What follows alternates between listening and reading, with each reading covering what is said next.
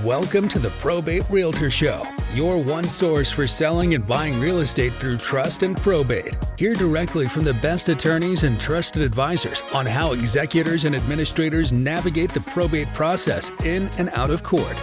Being a personal representative or successor trustee can be a daunting task, and often beneficiaries don't have a clear plan. Let us help you make the right decision for your clients, your family, and your legacy. And now, here's your host, the probate realtor himself, Matias Baker Masucci. Welcome to the show, everybody. Today, as always, we have a very, very interesting guest. With us, we have Tressa, who is a mortgage broker. Not only is she really good at what she does, she's also so much fun to be around. So when you have the two things going on together, it's like, you love working with somebody and they're good at what they do. Kind of like, that's kind of like the perfect scenario. Tressa, welcome to the show. Thank you, Matias, for having me.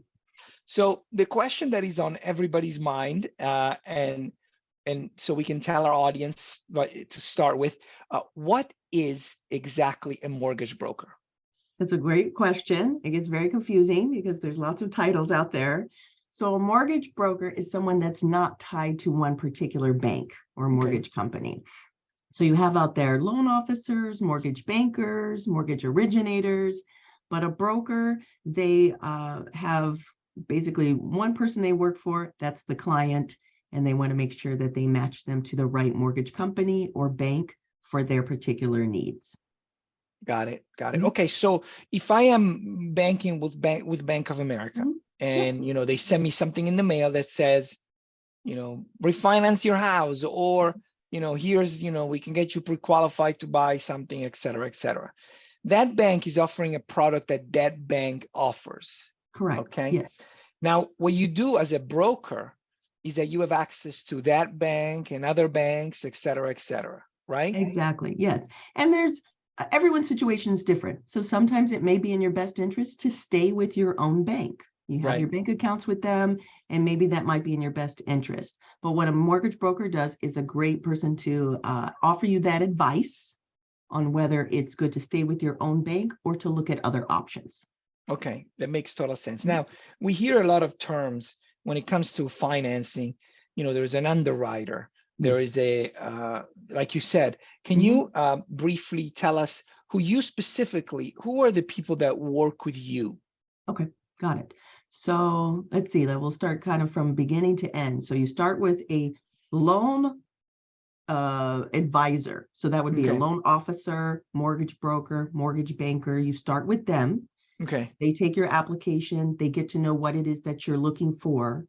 Once you find your house or you get your loan, whether it's a refinance or you're purchasing something, then you're going to move on to either in the real estate world, it would be someone like a transaction coordinator.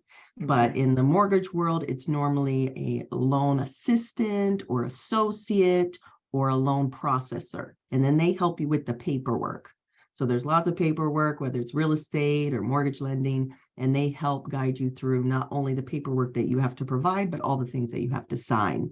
Once it goes through that process, it goes to an underwriter who then reviews all of the paperwork and decides on your loan approval. So the underwriter is the one that makes that final decision. You're approved, or if they don't approve you, they say, well, we need more information or we need more documents to decide if we're going to approve you or not. Got it. Now, there's another person that's in there, which is the appraiser. And the appraiser is a third party. So they are not tied to the mortgage company, and they go out and assess the property, determine how much it's worth. Makes total sense. Very good. Now, you do purchase loans as well as refinancing, right? Yes, we do purchase loans. We do refinancing. We do construction and renovation loans. So if you want to remodel your property, we do second mortgages. So those are home equity lines of credit or fixed second mortgages. So we do a variety of different types of mortgages because we're brokers and we have access to a lot of different things. Very nice. So let's talk a little bit about the products. I think I'm interested about these different products, and I think our audience will be interested as well. So we have a purchase loan. Everybody's familiar with it. You identify a piece of real estate. You get qualified. You purchase it, the bank gives you the money, you put a down payment and all of that good stuff. Then we have the refinance. Refinance meaning you already own the asset, you already own the, and you have a an interest rates, or there are reasons that you want to pull out some cash. Now, can you tell me, when is it a good time? What are the good reasons, intelligent reasons to refinance? And not just because it's in vogue and everybody's doing it, but what are the good reasons to refinance? Well, using a mortgage, whether it's to buy a home or to refinance, it's another financial tool. So just like you work with your financial advisor, and maybe you're going to look at stocks or investments or annuities, you're going to use your mortgage as a mortgage tool or as a financial tool. So a refinance is a vehicle where you can borrow money for maybe lower than credit cards or personal loans or working with a contractor. So it might be actually in your best interest financially to look at redoing your loan. That's what a refinance is redoing the financing on the property that you already own. And a lot of people right now, because we're seeing the highest credit card debt we've seen in a very long time. People are maxing out all of their credit cards. So what some people are looking at doing is consolidating all of that debt into their mortgage. Right. So even if their interest rate is higher than mortgages were a few years ago, so even if their mortgage interest rate is say 6%, it's better than 26% or 18% on a credit card. Yes. So you got to look at the whole financial picture. That makes total sense. Now let's look at HELOC. That is another product that you mentioned. Some people call it a second. Tell us a little bit more about that. Yeah, so a home equity line of credit, or HELOC for short, it's essentially like taking a credit card or equity line, a line of credit against your house. So you get a line of credit and you might be approved for, I don't know, 100,000, 150,000. And so you can use that line of credit to remodel your place. I've seen people use that to help their kids through college or pay off student loans. Another way to consolidate debt, you can use your home equity line to pay off solar or consolidate your credit cards. So if you have enough equity in your property and you don't want to touch that first mortgage, because you got a good rate on that first mortgage, it might make financial sense to get a second mortgage. Good. Very good. That makes sense. Now let's talk about what everybody's favorite subject for the past year, interest rates. And you and I had a few conversations about this. I remember when I first got into real estate in 2004, when somebody was getting 7%, we were like, wow, you got 7%, just so lucky. And now, and now people have been used to, 3.5, 2.75 for 10-year fixed that we're going around. And people that now are borrowing, first of all, what rates are you seeing without any points buy down? Yeah, so interest rates right now are still probably in the mid to high sixes. Okay. So 6.5, 6.7, and that's going to depend. That's probably someone with really good credit. So excellent credit, excellent down payment. And so excellent credit is anything over 750, and excellent down payment is anything at 20% down or more. Makes sense. So, and you don't necessarily have to buy with 20% down. You can get in with 10% down or sometimes lower, but those will get you the best interest rates if you have a strong down payment. Makes total sense. Now, I briefly mentioned this. Not everybody knows this, nor should they. The points. People are advertising the points. Somebody's paying. So I'm seeing this. I'm getting offers with buy downs requests. 1 point, 2 points. Right. Tell us what that is. Tell our audience what that is, and tell us what the benefits and the pitfalls and why some people are advocating for the buy downs. Sure. So what some people don't know is that interest rates, it's kind of like a menu that comes out every day. So interest rates are not only affected by your individual situation, so your down payment and credit that we talked about, but they're affected by the market, the economy. So every day a menu comes out to lenders and they say, okay, this is the interest rate with no points. or basically no fee for that rate. Right. And then on the menu, you can pay a fee to get a lower interest rate, or you can actually get a higher interest rate and get a rebate. So Right. that menu goes up and down. But what some people are negotiating right now with sellers is they're asking the seller to pay that fee for a lower interest rate. And the seller may do that either temporarily, so they buy an interest rate down for just the first or second year, or they do it permanently, meaning they buy the interest rate down for the whole 30 years. Okay. And so 1 obviously, point equals 1% of your loan amount. so obviously their difference is that if I'm buying down, if I'm the seller and I'm buying down for the buyer temporarily, it's costing me a certain amount of money. But if Right. I'm buying down permanently, it's Yeah. obviously going to be more expensive. Yes. Yes. So that interest, somebody's paying that interest. Yes, someone is paying it. Yep. However, the buyer, who maybe, like you said, is at 6.5%, getting a 30-year fixed at 6.5%, can negotiate with the seller to be able to meet the purchase price, right, and get 5.5%, say 30-year, 5.5%. So for 30 years. So in the so this is a tool that sellers can use to if the math keep makes their sense. price what they wanted. So Right. in some cases, it may benefit the seller to help buy a lower interest rate instead of lowering the price. Right. Okay. Because at the end of the day, that payment could still be lower for the buyer than just lowering the price. Right. Okay. Yeah. And That so more makes people sense. are very sensitive to the mortgage payment right now because interest rates did go up. So if we can keep the buyer's payment in a budget that's comfortable for them, then the seller doesn't necessarily have to lower their price. Yeah, that makes sense. And so it nets them more money in their pocket than if they were to lower the price instead of helping with the interest rate. Very good. And you, as a what kind of tools are you giving your clients when it comes to that? Are you informing them and letting them know, look, if you do a buy down, you can afford this much? Is that how the conversation goes? Well, normally what I do is I have the conversation with their real estate agent because I'm not the one that's going to be negotiating. Sure. So I don't necessarily want to tell the buyer something that then their real estate agent was not prepared for that negotiation. So absolutely, the real estate agent and I are partners. So we'll first talk about, okay, what do you think is realistic of what we could ask a seller? So if we could ask a seller for, say, $20,000, then I can go back to my rates and inform the buyer, hey, we're thinking of negotiating with the seller around $20,000. This is the kind of rate that would buy you. And then you let them know this is how much you would pay. Yeah, exactly. This is how much. And then we do the same thing. I partner with real estate agents on their listings.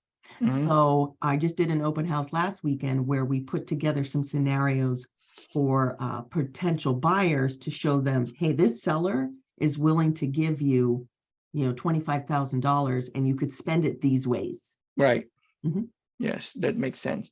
Who needs a mortgage broker?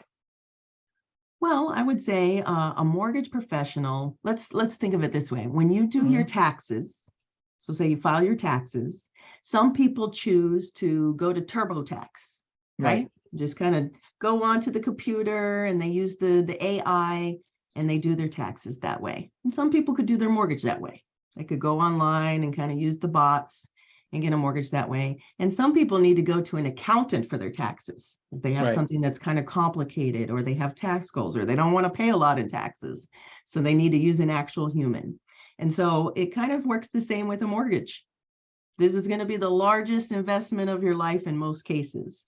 So you want to work with a professional that's going to think about your taxes, your future financial goals, your budget, and really come up with something that's tailor-made for you. So that's why it's important to go to a mortgage professional and get that advice. Yes. Good. That makes total sense. Let me ask you this more specifically. What problems do you like to solve as a mortgage broker? Yes.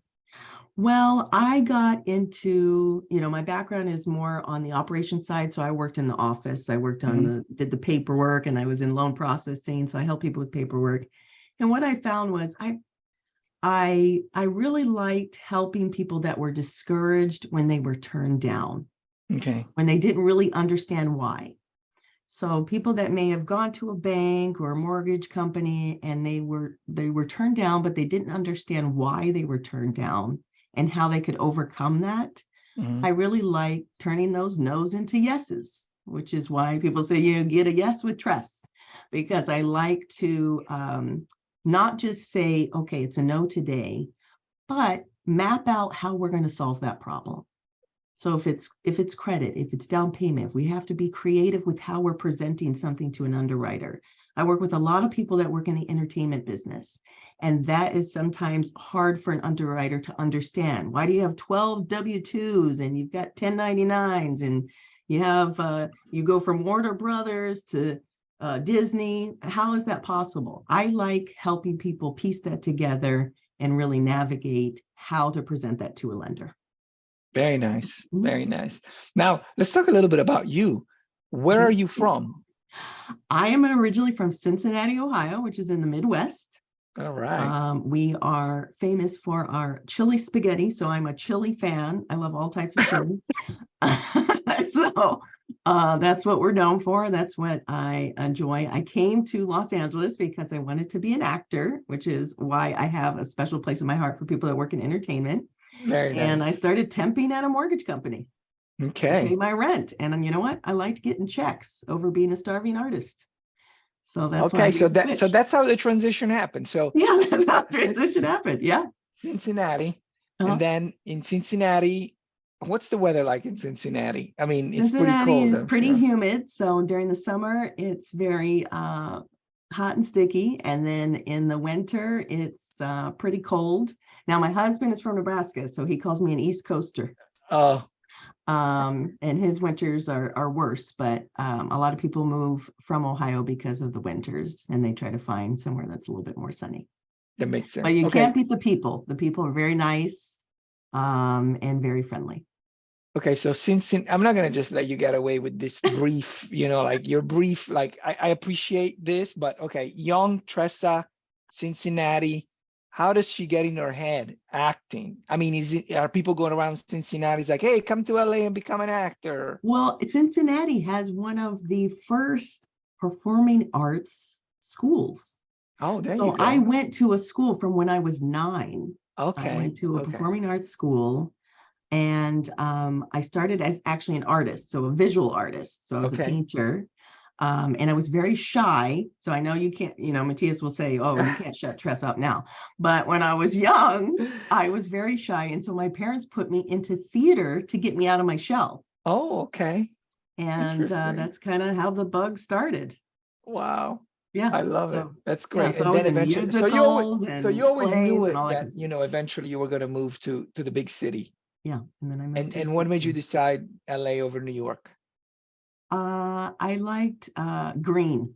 So I like trees, grass, and yellow, a lot of outdoors, yellow. Yeah, that sort of thing. Yeah. So that was the reason. Okay. That makes sense. sense. Then you arrived out here. You did your auditioning and all of those things. And then just how did you find the job at a mortgage company? Okay, so it's kind of funny. So someone suggested that I start temping, like at an office. Okay. So I went to you go to a temp agency, right? You go to a temp agency and you have to take a test, like on computers. Well, I didn't know that much about computers. Sounds stressful already. Yeah. So I went to probably, I don't know. I went to a temp agency, took the test. Well, the thing and you thought you either got away by singing and dancing when you went to the temp agency, so the but test, you're like, no, take the test at the computer. Yeah, I had to go learn a computer, and the test, it would tell you what you did wrong. So I would fail and then go to the next one and try to do better and fail again. And I just kept going until I passed the test and finally got at a temp agency. And they just put me in different offices. Okay. And eventually I went to a mortgage office, and being that I was an actor, you could fib a little bit. So they would call me and say, hey, they're looking for someone that's worked in a mortgage office. And since I did it before, I said, yeah, I'm a mortgage expert. There you go. Fake it until you make it. Fake it until you make Fake it. it till you make it. So once I worked at Absolutely. one mortgage company, then I said, yeah, I'm an expert in mortgages. And they put me in, then they sent me to Countrywide, which at that time was the largest mortgage Yes, lender I in remember the country. Countrywide. Yeah. So I worked at Oh, Countrywide for about 8 years. oh, interesting. Very nice. Mhm. And then now your journey in the didn't end there because you worked for somebody, then had your own company. Now Mhm. you have your own empire, right? So and now your husband is working for That's you as right. well. Yep. It's like Yep. you've absorbed everybody, all the actors that came from Yes, all the Cincinnati now actors. So are if you're an actor out there and you want to get into mortgage, then you give you're me a call. and you're Yeah. tired of not being able to pay your bills. Um, Yes. call You give me a okay, call. call Yes. Tressa. We'll Yeah. let you do both. You can do a little bit of mortgage and then acting on the side because my husband still acts. Of course, right? Yeah, Yes, he does. yes, absolutely. Okay, so I don't know. Did you ever watch those Inside the Actor Studio? Yes. Yep. Okay, good. Mhm. Because I know, this is LA. If you're listening to this around the country, like you what? So James Limpton. Do you remember the Bernard Pivot question that he asks at the end? I don't remember. So Inside the Actor Studio, there's this guy. Yeah. The host takes it from a French talk show host Okay. that is very serious and asks these questions that are, philosophical and whatever, but they're Oh, that's fun right. questions, but they Yes. reveal about the personality of the person. So I've gathered some of these questions up. Some of them come from different questionnaires. Okay. There's 30 of them. Don't worry about it. You don't have to Okay. answer all of them, Okay.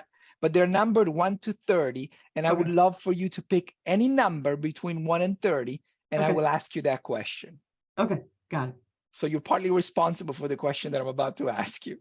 I'll do 27. Oh, 27. I love that number. Okay. Okay. All right. This is a good one. Okay. What was the last thing you regret buying?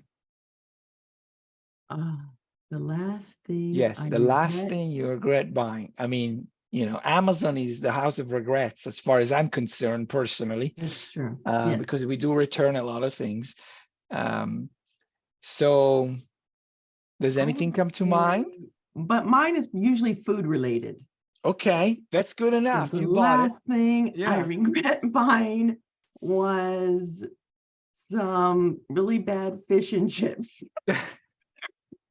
Okay, really bad. You gotta care. Greasy, That's not good. I felt gross after. So yes, yeah. bad fish So and you were chips. like, no, I don't want to buy it You know what I again. do with the Amazon is I put stuff in my cart and I just let it sit. Yeah. So that way I'm not just buying out of impulse. Yes. And then that Good. way I can go back through and I should teach that to my wife. I call my wife in the hope that there's been credit card fraud, and then it's never credit card fraud. I was like, Brianne, did you buy this? Yeah. Yes. Okay. Oh, yeah. I always hope she says, no, they stole my card. Yeah. But no, that never happens. Okay. Pick another number from 1 to 30, please. Okay. 8. 8. Okay. Oh, okay. I think we know the question in this, but we'll see. What Okay. profession other than your own would you like to attempt? Ooh. So acting doesn't count, and Yeah, we can't mortgage do doesn't actor. We count. can't do No, we mortgage can't do. lender. We can't do art. It's got to be something that you have not attempted before. I would like to be a country singer. Oh, it is kind of the performance world. I'll let you get. Yeah, I guess. Yeah. I'll let you get away with it. What would your country singing name be? Oh no. I guess it'd have to be something with a twang. Yeah, I mean, Tressa Yeah. is actually a pretty good country name if you Yeah. want. I mean, Yeah. maybe I would use my middle name. So I would be Tressa Noel. Oh, there you go. Yes. There we go. Yeah. Tressa Yeah, Noel. I like it. That would be I my like country it. name. Very Yeah. good. Okay, let's do one more. One Okay, more. one more, something in the middle. 16. 16. I love that we're going to end on this note. What are you grateful for today? That's a good question. I am grateful that And I'm going to use, I'll describe what this word means to me. Okay. I'm grateful that I am rich. And what I mean by that is I don't have to worry about a roof over my head, food in my belly, or being able to see my friends and loved ones. And I think that's a rich life. And I think that if I can share with other people, that just makes my life more abundant by being able to share what I already have. And so I'm grateful for that. That is beautiful. Tressa, thank you so much. The mortgage broker philosopher who has joined us today is graced us. It was wonderful to have you. Thank you so much. Thank you for sharing all the information. Sure. Very important now. People who need a mortgage broker, how do they get a hold of you? Yes. So best way is my website. It's my name, tressapope.com. I'm on Instagram at Tressa Pope. So if you can find my name, you should be able to find me. And we make it very easy. We have a main number that you can call or text. Oh, and whether it's my husband, me, or Terry, we all see those same texts. So that way we can get answers back to you quickly. Wonderful. Mm-hmm. Wonderful. Thank you so much. It's been a pleasure to have you. Thanks everybody for joining us, and we will see you in the next episode. Goodbye, everyone.